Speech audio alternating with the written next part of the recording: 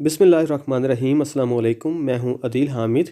आज lecture number 4 है और इसके अंदर हम लोग बात करेंगे लार्ज लैंग्वेज मॉडल के बारे में, जिसे एलएलएम कहते हैं, जीपीटी के बारे में, और बात करेंगे हम लोग टोकनाइजेशन के बारे में और प्रॉम्प्ट इंजीनियरिंग के बारे में। और फिर इसकी जो डिप्लॉयमेंट होती है सर्वर के ऊपर, जब हम लोग एक प्रोजेक्ट बना लेते हैं तो उसे सर्वर के ऊपर डिप्लॉयमेंट करने के लिए जो जो इश्यूज़ हैं उनके बारे में हम लोग बात करेंगे। तो सबसे पहले बात करते हैं जीपीटी के बारे में। एक्चुअली जीपीटी क्या है? Generative pre trained transformers. इनकी जो डिटेल है इसके बारे में तो हम लोग बाद में बात करेंगे, लेकिन हमें इससे ये अंदाज़ा होता है क्योंकि ये जनरेटिव प्री ट्रेन ट्रांसफार्मर्स हैं, यानी कि हम लोगों ने जो मॉडल्स हैं उनको पहले से ट्रेन किया हुआ है और अब वो जो मॉडल्स हैं वो जनरेट कर सकते हैं न्यू नॉलेज को।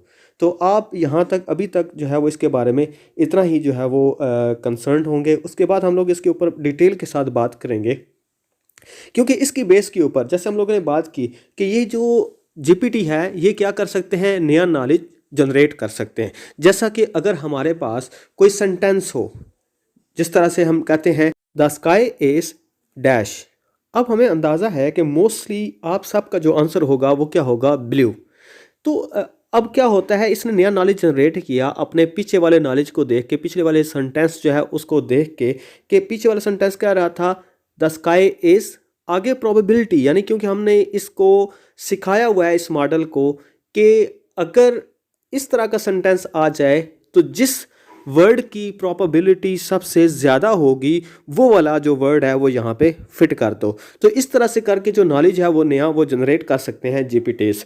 तो इनके बारे में बाद में बात करेंगे। तो इसकी बेस के ऊपर क्या बने हुए हैं, लार्ज लैंग्वेज मॉडल। अब लैंग्वेज मॉडल जो होते हैं वो क्या करते हैं, वो नया नॉलेज जो है वो जनरेट कर सकते हैं लैंग्वेज के हवाले से। जिस तरह से हमें पता है कि चैट जीपीटी जो है वो काम करता है, वो एक लार्ज लैंग्वेज मॉडल है, उसके ज़रिए से हम उसके साथ बात कर सकते हैं और वो नया नॉलेज जो है in the form of text जो है वो जनरेट कर सकते हैं। तो जो पीछे जीपीटी है और आगे लार्ज लैंग्वेज मॉडल जो है वो उसकी एप्लीकेशन है। इसी तरह से और भी जो लार्ज लैंग्वेज मॉडल मौजूद हैं, जैसा कि बार्ड हमारे पास लार्ज लैंग्वेज मॉडल जो है वो मौजूद है। तो आप जो डिफरेंट लार्ज लैंग्वेज मॉडल्स यानी कि एलएलएम हैं उनको सर्च आउट कर सकते हैं। तो इसके बाद हम लोगों ने बात करनी थी कि हमारे पास प्रॉम्प्ट इंजीनियरिंग क्या है। उससे पहले हम बात करेंगे टोकनाइजेशन के बारे में कि टोकन क्या होते हैं।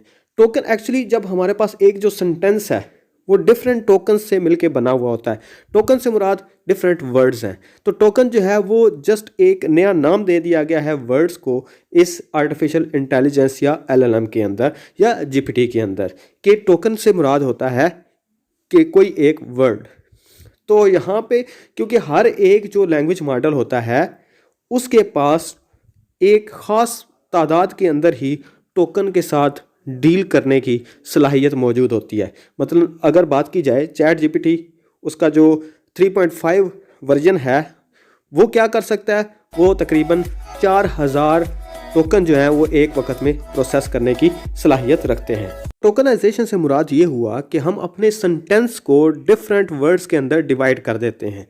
तो टोकन का मतलब ये हुआ कि एक एक जो वर्ड होता है जिसको हमारा जो लार्ज लैंग्वेज मॉडल है वो प्रोसेस करेगा। उसके बाद हम लोगों ने बात करनी है प्रॉम्प्ट इंजीनियरिंग की। तो प्रॉम्प्ट क्या होता है? प्रॉम्प्ट भी एक्चुअल में एक मैसेज ही होता है। मतलब अगर जो मैसेज होता है, जो एक सेंटेंस होता है, उस सेंटेंस को हम प्रॉम्प्ट कहते हैं। प्रॉम्प्ट एक्चुअली क्या होता है, एक क्वेश्चन होता है जो किसी भी लार्ज लैंग्वेज मॉडल से पूछा जा सकता है। तो इसको बनाने के लिए एक टेक्निक इस्तेमाल की जाती है, एक पार्टिकुलर जो टेक्निक होती है उसके ज़रिए से ही लार्ज लैंग्वेज मॉडल से हम अपना रिक्वायर्ड नॉलेज जो है वो हासिल कर सकते हैं। ऐसा जैसा कि पहले ज़माने में कुछ ऐसा समझा जाता था कि जिसके पास ज़्यादा जवाब है वो ज़्यादा ज़हीन है, लेकिन इस ज़माने के अंदर वो लोग सबसे ज़्यादा ज़हीन समझे जाते हैं जिनके पास ज़्यादा क्वेश्चंस हैं और वो जो सही तौर पे क्वेश्चन करने की सलाहियत रखता हो। तो प्रॉम्प्ट से मुराद एक क्वेश्चन होता है जो किसी भी हम लार्ज लैंग्वेज मॉडल है उससे पूछ सकते हैं। यानी चैट जीपीटी से जब हम एक क्वेश्चन पूछेंगे तो उसे पूछने का एक ख़ास तरीका होता है, एक क्वेश्चन बनाने का एक ख़ास तरीका होता है जिसको हम लोग कहते हैं प्रॉम्प्ट इंजीनियरिंग। तो प्रॉम्प्ट इंजीनियरिंग क्या होती है कि हमने एक क्वेश्चन करना है ताकि हम अपना रिक्वायर्ड नॉलेज, अपना रिक्वायर्ड जो आंसर है वो हासिल कर सकें, क्योंकि हम जानते हैं कि चैट जीपीटी के पास कोई इमोशंस नहीं होते हैं।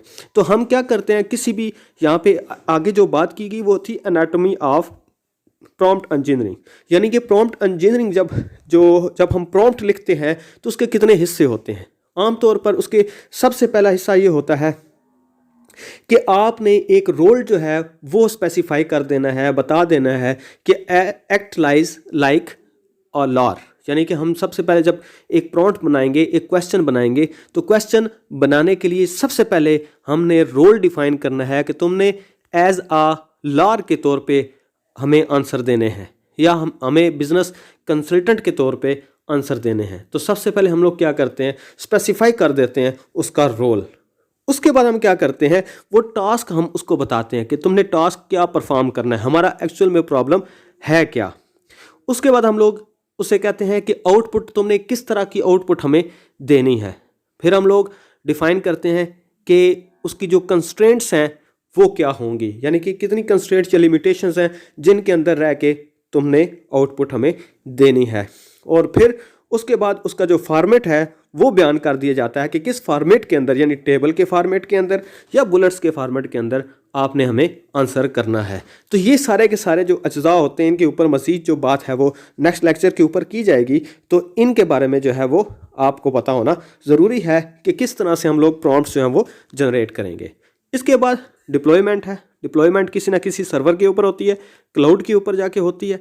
तो जब हमने कोई अपना प्रोजेक्ट क्लाउड या सर्वर के ऊपर इंस्टॉल या डिप्लॉय करना हो, तो डिप्लॉय करने के लिए हमें कुछ लिमिटेशंस, कुछ कंस्ट्रेंट्स, कुछ सिक्योरिटी के प्रॉब्लम्स होते हैं। उन सारे सिक्योरिटी के प्रॉब्लम्स को, कंस्ट्रेंट्स को ओवरकम करने के लिए हम लोग फिर बाद में बात करेंगे। तो हमारा आज का टॉपिक जो था, आज का जो लेक्चर था वो इसी के ऊपर था। ये की टर्म्स आपको सिखाना आज के लेक्चर के अंदर ज़रूरी थी। बाकी हम लोग जो आगे इनकी डिटेल्स हैं उसके ऊपर बाद में बात करेंगे अपने नेक्स्ट लेक्चर के अंदर। आपकी फीडबैक हमारे लिए बड़ी ज़रूरी है। आई होप कि आप हमारे चैनल को सब्सक्राइब करेंगे, शेयर करेंगे, लाइक करेंगे, ताकि हम इसी तरह से समरी जो है वो आपके सामने लेकर आते रहें।